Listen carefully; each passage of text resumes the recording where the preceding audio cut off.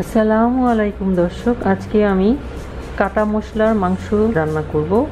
কাটা মশলার মাংসটা রান্না করা অনেক সহজ এবং খেতে অনেক বেশি মজা। কাটা মশলার মাংসটা ভাতের সাথে, পোলাওয়ের সাথে, রুটির সাথে, লুচির সাথে খেতে অনেক বেশি মজা লাগে। কাটা মশলার মাংসতে বাটা এবং গুঁড়া মশলা ছাড়াই রান্না করা হয়, সেজন্য কাটা মশলার মাংসটা একটু ডিফারেন্ট হয়, একটু আলাদা হয়।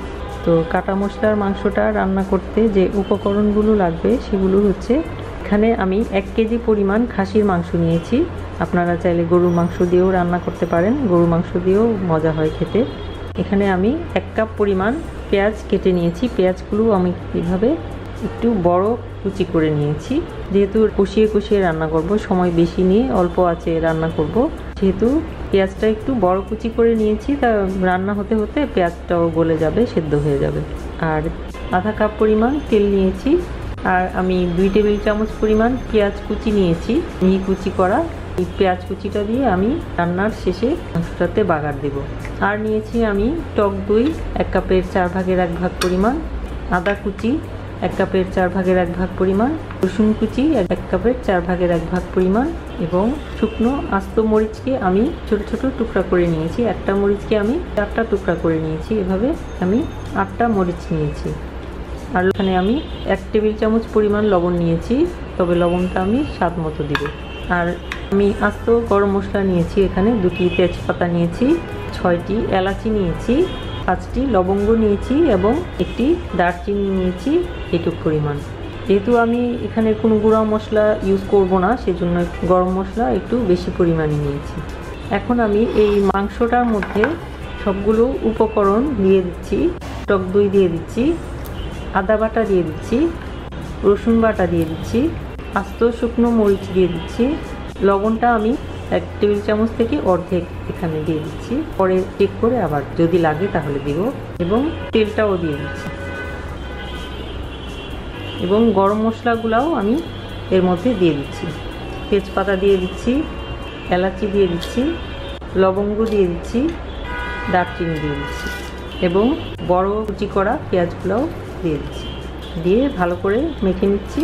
মাংসটা মেখে কিছুক্ষণ ম্যারিনেট করে নিলেও হয়, অথবা সাথে সাথে রান্না করলেও কোনো সমস্যা নেই, সাথে সাথেই রান্না করা যায়। যেহেতু এটা চুলায় বসিয়েই রান্না করব অল্প আছে, কিন্তু এটা সাথে সাথে চুলায় রান্না বসিয়ে দিলেও কোনো সমস্যা নেই। এখন আমি একটা অ্যালুমিনিয়ামের হাঁড়িতে মাখানো মাংসটা ঢেলে দিচ্ছি। ঢেলে দিয়ে আমি চুলা জ্বালিয়ে দিচ্ছি। এখন আমি চুলাটাকে মিডিয়াম আঁচে দিয়ে দিচ্ছি, দিয়ে ঢাকনা দিয়ে দিচ্ছি। ঢাকনা দিয়ে আমি 5 মিনিট রান্না করব, এবং মাংস থেকে যখন পানিটা উঠে যাবে তখন আমি চুলার আঁচটা কমিয়ে দিব। কমিয়ে দিয়ে পরে 1 ঘন্টা রান্না করব।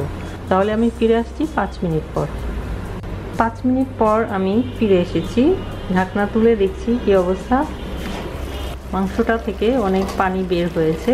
এখন এই পানির মধ্যেই আমি মাংসটাকে সেদ্ধ করব। আমি কোনো এক্সট্রা পানি ইউজ করব না। তবে যদি শেষ পর্যন্ত মাংসটা সেদ্ধ না হয় তাহলে পানি দিতে হতে পারে। তো আপনাদের মাংস যদি এই পানিতে সেদ্ধ না হয় তাহলে আরও কিছু এক্সট্রা পানি দিয়ে আবারও ঢাকনা দিয়ে কিছুক্ষণ সেদ্ধ করে নিতে হবে, ভালো করে সেদ্ধ করে নেবেন। তাহলে আমি এখন আবার ঢাকনা দিয়ে দিচ্ছি। ঢাকনা দিয়ে আমি চুলার আঁচটা একেবারে মৃদু করে দিচ্ছি, এবং মৃদু আঁচে আমি এই মাংসটাকে 1 ঘন্টা রান্না করব, এবং 1 ঘন্টা রান্না করার পরে দেখব যে মাংসটা সিদ্ধ হয়েছে কিনা। এর মাঝে আমাকে কিছুক্ষণ পরপর চেক করে দেখতে হবে যেন নিচে পোড়া লেগে না যায়, সেজন্য কিছুক্ষণ পরপর ঢাকনা তুলে নেড়ে দিতে হবে। তাহলে আমি ফিরে আসছি 1 ঘন্টা পরে। 1 ঘন্টা পর আমি ফিরে এসেছি। ঢাকনা তুলে দেখছি কী অবস্থা। যে কাটা মশলাগুলো দিয়েছিলাম সবগুলোই সিদ্ধ হয়ে মিশে গেছে, শুধু আদাটা একটু একটু দেখা যাচ্ছে। আমার মাংসটা সিদ্ধ হয়ে গেছে। এখন আমি মাংসটাকে একটু বাগার দিব। একটা ছোট কড়াই নিয়েছি, তেল দিয়ে দিচ্ছি। আমি 1 টেবিল চামচ পরিমাণ তেল দিয়েছি। চুলার আঁচটা এখন আমি একটু বাড়িয়ে দিচ্ছি। আমি যে পেঁয়াজ কুচি করে নিয়েছিলাম সেই পেঁয়াজ কুচিটা দিয়ে দিচ্ছি। পেঁয়াজটাকে এখন আমি লাল করে ভেজে নিব। বাগারটা না দিলেও চলে, কিন্তু আমি বাগার দিয়ে থাকি। বাগারটা দিলে মাংসের টেস্টটা আরেকটু বেড়ে যায়। আমার পেঁয়াজটা বাদামি হয়ে গেছে। এখন আমি ভাজা পেঁয়াজটা রান্না করা মাংসের মধ্যে দিয়ে দিচ্ছি, দিয়ে একটু নেড়ে দিচ্ছি।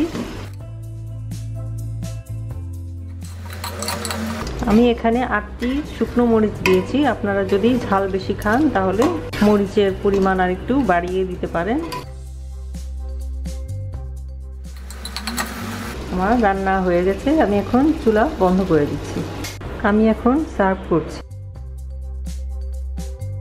হয়ে গেল আমার কাটা মশলার মাংস।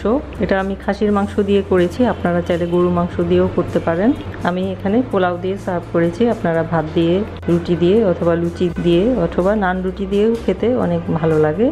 আশা করি আমার এই রেসিপিটি আপনাদের কাছে ভালো লেগেছে। ভালো লাগলে অবশ্যই আপনারা বাসায় রান্না করে খেয়ে দেখবেন, এবং আসছে ঈদে এই কাটা মশলার মাংসটি রান্না করতে পারেন।